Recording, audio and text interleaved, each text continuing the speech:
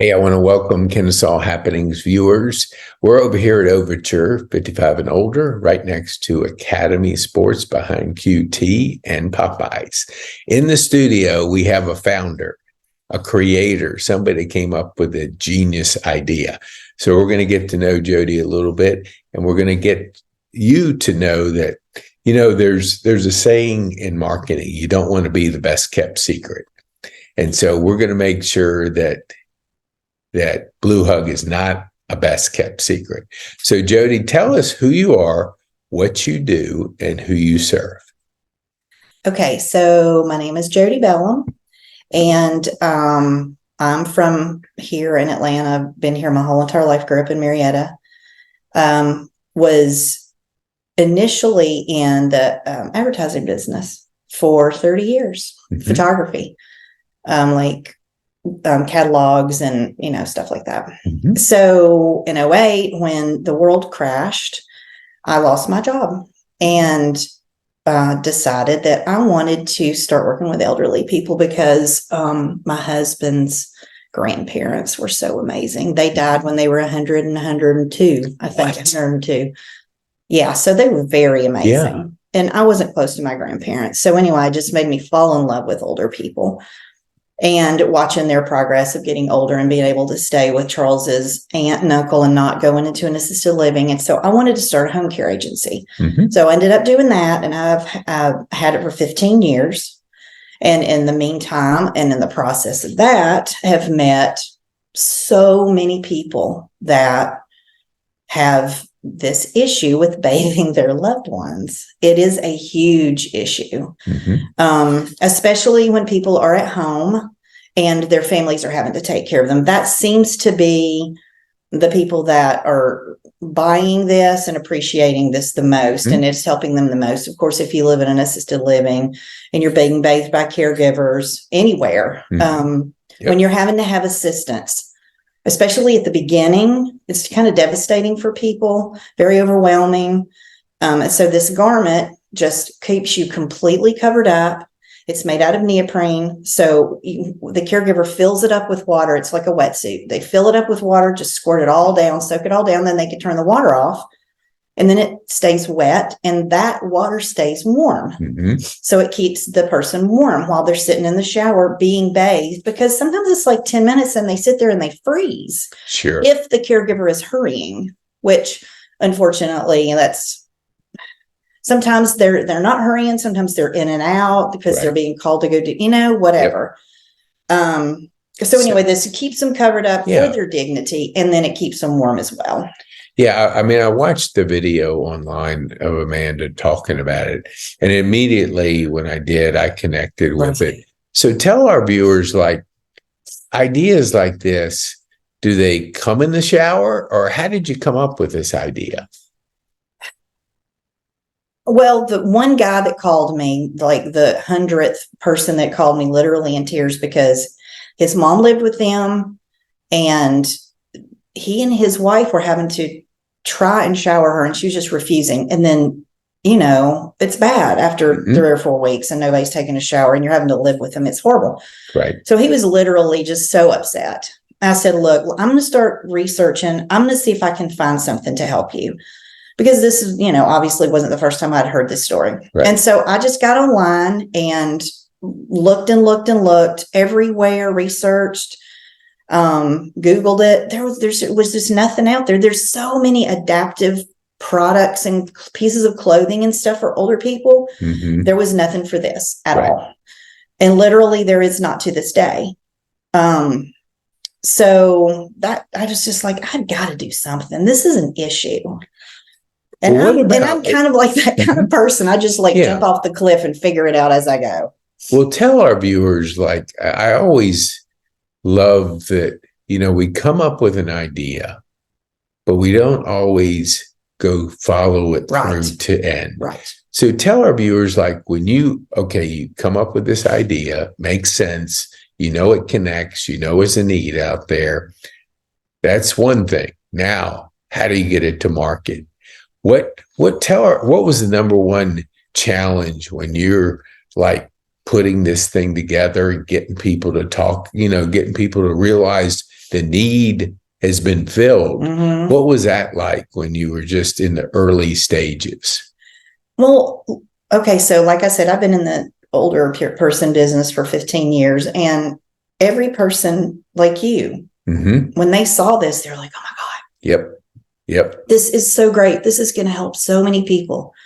But people are having a hard time knowing what to do with it, right? How to integrate it into a community. Because my goal is for the public to find out about it, which is now why I'm kind of going the social media route. Right. As you can see, I'm not a young person. I'm not techie. I can make myself post stuff on LinkedIn and Facebook every once in a while, but I'm not good at it. And so that's what I'm really going to start focusing on, because that's the audience I need now. Right. I have realized, because I have marketed this to all of these communities and they're very interested, but they just don't know how to bring it in and use it. Do you know what I think? Just my brain gets around my experience, and I'll share that with our viewers just so they can know why I was so excited that you were coming into it. But when I saw it, when Vera showed me or told me about you, I immediately connected with it, but I wouldn't know that there was anything out there. Right. Nobody told me like, hey, there is this available for this situation. It's just embarrassing. Oh. Okay, so I'm 66, 65 when I had my stroke. So, you have to take baths. I mean, so the left side's not working. All of a sudden, the person says, okay, it's bath time. I'm going, what? What do you mean? Bath time? And then she comes in and she's under 30. So I'm going like, whoa, this is weird. And then, you're yourself never have had that happen. No. You're like, you have a little modesty, and all of a sudden that goes out the window. You're freezing cold. You're just, it's miserable. Yeah. It's like, but now to a stroke victim, they could care less about the modesty, because you're just trying to get the one side or whatever side that's not working. Right. And you're just trying to do basic survival things, speak, eat, drink, do all that stuff. So, but I can imagine in the healthcare arena, you hit a certain age and all of a sudden that home healthcare person is now having to bathe mom or dad. Right. And they've never, that's the first time they have everything working. And they know they're coming and they're dreading it. They're just like devastated. Yes. Like, oh my God, she's going to be here in an hour. And I got to take this for the first time in front of somebody. Yes. Yeah. It's crazy. So let's go. Let me go back to just that original. So you're working through these steps of getting it. How did you source it out? Like, are you calling different people to make things, and you got to get the zipper, you got to get the right material, so how was that process like for so the very first so my husband and I, he's very, very creative. He can make anything. You come up with whatever you need and he can figure out how to make it. He's a trip. He used to be a set builder at one of the studios I worked at, so that's where I met him. But anyway, so we went to Joann's, bought some fabric, bought a crappy metal zipper that obviously didn't work. And then he sewed me one. And it was made out of like this kind of silky. Right. I got in the shower. I'm like, this is not good. This is not a good fabric. So we tried something else. Then I have this purse that I bought in Florida, and it's made out of neoprene. Right. And it was sitting in the kitchen, and I thought, I wonder if that would work, because I know it holds water. Right. So we went to Joann's, bought some neoprene, and I went and had it made because he didn't know how to sew neoprene. It is complicated to sew that. Right. I had it made, and they put these amazing zippers in it, and they're plastic, and the caregiver can just do this with one hand. So then they have their other hand free. It's not like you have to hold it. Right. Well, we tried Velcro, we tried snaps, we tried all the different things. And this was the best thing, because I was trying to just get them to just have one hand free. Sometimes you have to like hold and assist somebody in the shower. You don't have two hands. Right. So we got that one made. And in the meantime, I'm calling people all over the country. Mm-hmm. And I've come up with this guy who is now my consultant. His name is Bill, and he lives in Maine. We have these made in New York. So they are made in the United States. Mm-hmm. And then they helped me source the fabric and the zippers. Right. The people that sew them for me. So, like, from the time you had the idea, from the time you took that first step to when you brought it to market, about how much time went by? About 1.5 years. Really? Mm-hmm. And during that time, how are you thinking? Like, you have a good idea and you finally get it ready. And now what are you thinking as far as how do I get the word out? Or are you thinking like, I'm going to partner with healthcare workers? Tell our viewers like what that challenge was. That was, well, just having the home care agency for so many years, I knew millions of people. Mm-hmm. And I do run 3 big, they're not huge, but marketing meetings. We call them senior niches. Uh-huh. And I do a Peachtree Fayette one, a Noonan one, and a West Georgia one. And I've done the West Georgia one, for 12 years. So just know lots and lots and lots of people in the business. Mm-hmm. And those are the people I obviously started out with. Right. And then I expanded into other parts of Atlanta because there's big niche meetings all over the place. And I've met tons of people and gone to tons of assisted livings. My goal is for when somebody moves into an assisted living, they get the information in their packet, or they can give them an option of buying one or send them to the website or whatever. So they have the choice to buy one if they want to. And then when people come out of rehab, or even in the rehabs, give them the option of having one in the rehab and they can take it home. Right. That makes, there's so many things we could do. Yeah. And I think I'm being the outsider looking in, but being affected by this. Yeah, no, I know. It's like, I didn't know anything like this would exist, except I was just embarrassed and, you just have to do it. Yeah, you do what you have to do. Yeah. But it seems like that our healthcare, they're so busy doing everything else. That's the problem. Yeah, then when you get to the finer things of comfort level, modesty, all the things that the Blue Hug does, that's kind of way down the list of like, I'm just trying to make the contact with the patient, help them get through or her through all these different the important things. Yeah. And it's because the old saying, the Maslow, first level is survival. Right. So you learn how to survive, then you start going up the pyramid to things that are more thought through, more strategy. So I can see how it gets lost in the shuffle of just, but you as a founder and know it was a good idea, could see it working and all.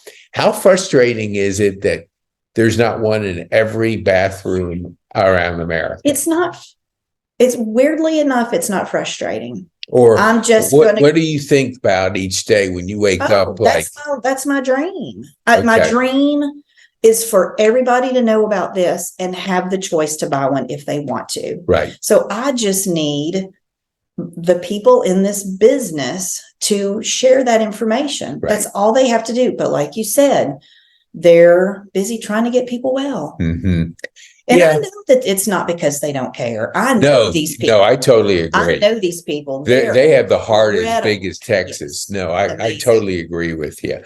I just think, we talked about the Wellstar experience, which was 10 days before Shepherd, was the system is overloaded, no doubt. Yeah. And then your night help is overloaded, and there's at 3:00 in the morning, who's kind of coming up to the people and going, hey, how's this person doing? They're all by themselves, and it's hard because it's and the staff is lower. Yeah, exactly. And so you're trying to juggle 30 rooms and you're one nurse, and so you understand how it can be affected in the service. So but I want to get back to I love when somebody comes up with an idea not only fulfills it, but then actually launches it and gets it out there. Makes it happen. Yeah, exactly. Because you always hear the person that goes, man, I had that idea, right. But you didn't do anything with it. Right. You did something with it. So I met Vera. So what does she do to help you? Like, I mean, she told me about you and I was going like, wow. So tell our viewers how they can really support you. I mean, this is a great idea that it's not in every home, but it can be. And the benefits of it are like crazy good. Just, I mean, it's simple. You just go to the website and you buy it off of the website. And there's a size chart. We have 6 sizes. So we have something that covers just about everybody. And then we ship it straight to the house. And if people just share the information, it's just thebluehug.com. It's super easy, super easy process. Well, let's do this. We always like to let our viewers know, how can they get access to you? Thebluehug.com. Bluehug.com. Is there an email, phone number, or something that you can give? Because we have people driving, listening to audio, but we'll also put it in the show notes. So don't drive and write. Not in Atlanta. Yeah, not if you're in Butte, Montana, that's a whole different story. You won't see any cars, but you're going to see plenty of cars in Atlanta. So go ahead, Jodi. So my website is Jodi, Jodi, at thebluehug.com. And then my cell phone number is 770-527-2788. And anybody can call me anytime and ask me any questions. Awesome. I love helping people in this business. If you need help in this business, if you need any kind of resources, that's what I'm going to start doing. When I start doing this social media, I've got so many resources and tricks and tips and ideas of all different kinds of things. That's what I want to do. Well, I want to challenge our viewers to, before we wind down, if you know people that don't know of something like this, especially, I think it's got to be people like me, because the healthcare workers have so much going on. So share this with people. Now, you know where your podcast is going to go after it's finished. It's going to go to the Shepherd Center. And Emily, you're going to get a email and the podcast, because I don't know that until you're in somebody's shoes, do you truly understand how they have had to walk emotionally. It's like I used to say to my PT people, I said, I'm seeing it from the eyes of a patient. You're seeing it from a therapist. You can't possibly know my journey unless they've taken care of your mom and exactly. Exactly. And I think when people go through that other side, like myself and people that are like having to be faced with that first shower when you just didn't expect anything, all of a sudden it kind of hits you in the face. And I can see where you said that one person resisted, because when you get a little older, stubbornness, I think, just sets in, because my mom is 94. And so when we were trying to talk to her about an iPhone, it was like, no, I don't need one. I got this phone. And we say, Mom. She had a flip phone. Yeah, she did. She had a flip phone. It was like, and finally my sister, who's a nurse, kept saying, Mom, it's going to be easier for you to communicate, see pictures, be able to talk with your kids. So eventually she got one. So, but we know that we hit a certain age and everybody's creatures of habit. Oh, yeah. But we definitely set in as we get older. And do we have habits? And so I just wanted you we'll put it in the show notes. I want to challenge share it with people that are affected by this, and have them talk to their healthcare person or something and say, hey, this is something I want because it's embarrassing and I'm freezing in the wintertime. And, I want to have that comfort. So what would you want our viewers to take them? I always want you to have the final word. What one thing would you want them to know about the podcast and your experience that you could share with them? I guess just, which I know it doesn't matter to most people, but just my heart bleeds for these people. I don't know why. I guess God just put that on me. You know, I'm obsessed with it, and I'm not ever going to quit. I'm going to make sure that everybody out here finds out eventually. So I'm just trying to figure out how to make that happen.